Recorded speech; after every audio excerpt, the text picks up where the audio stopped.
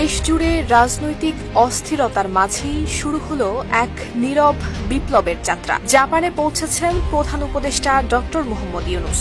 নানান মহল বলছে এই 4 দিনের সফর হতে পারে এমন এক কূটনৈতিক মোড় পরিবর্তনের সূচনা, যা বদলে দিতে পারে বাংলাদেশের ভবিষ্যৎ অর্থনীতির গতিপথ।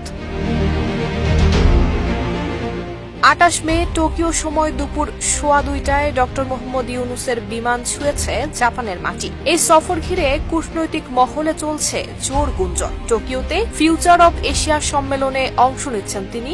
তবে মূল আকর্ষণ জাপানের প্রধানমন্ত্রী শিগেরু ইশিবার সঙ্গে তার দ্বিপাক্ষীয় বৈঠক, যেখানে আলোচনা হবে 1 লাখ দক্ষ শ্রমিক পাঠানো, মেগা প্রকল্পে জাপানি বিনিয়োগ এবং বহুল প্রত্যাশিত অর্থায়ন নিয়ে। এই সফরে জাপান $1 বিলিয়ন মার্কিন সহায়তার ঘোষণা দিতে পারে বাংলাদেশকে। সিল্কো সিল্ক অ্যান্ড শাইন, যাতে আছে আর্গান অয়েল ও ওট প্রোটিনের গুডনেস, যা আপনার চুলকে রাখে হেলদি অ্যান্ড শাইনিং। এর মধ্যে 500 million budget support, 250 million rail খাতে এবং বাকি 250 মিলিয়ন অন্যান্য খাতে ব্যবহার করা হবে। এই আর্থিক প্রতিশ্রুতি বাস্তবায়িত হলে তা হবে দেশের অর্থনীতিতে এক বাস্তব গেম চেঞ্জার অধ্যায়ের সূচনা।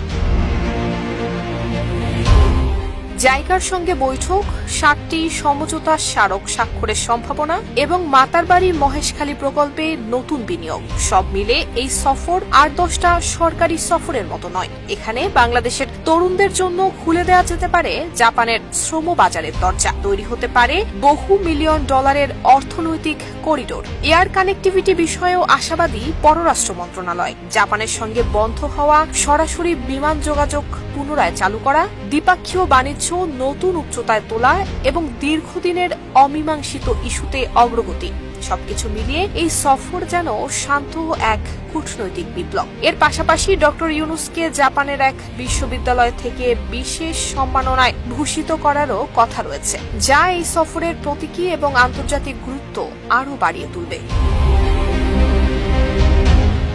31 মে দেশে ফিরবেন প্রধান উপদেষ্টা। তবে তার এই সফর বাংলাদেশের জন্য রেখে যাবে এক দীর্ঘমেয়াদী প্রভাব, নতুন অর্থনৈতিক সম্ভাবনার, বিনিয়োগ প্রবাহের এবং বৈশ্বিক আস্থার এক গেম চেঞ্জিং অধ্যায়। নুসরাত জাহান মেহেক, ঢাকা পোস্ট।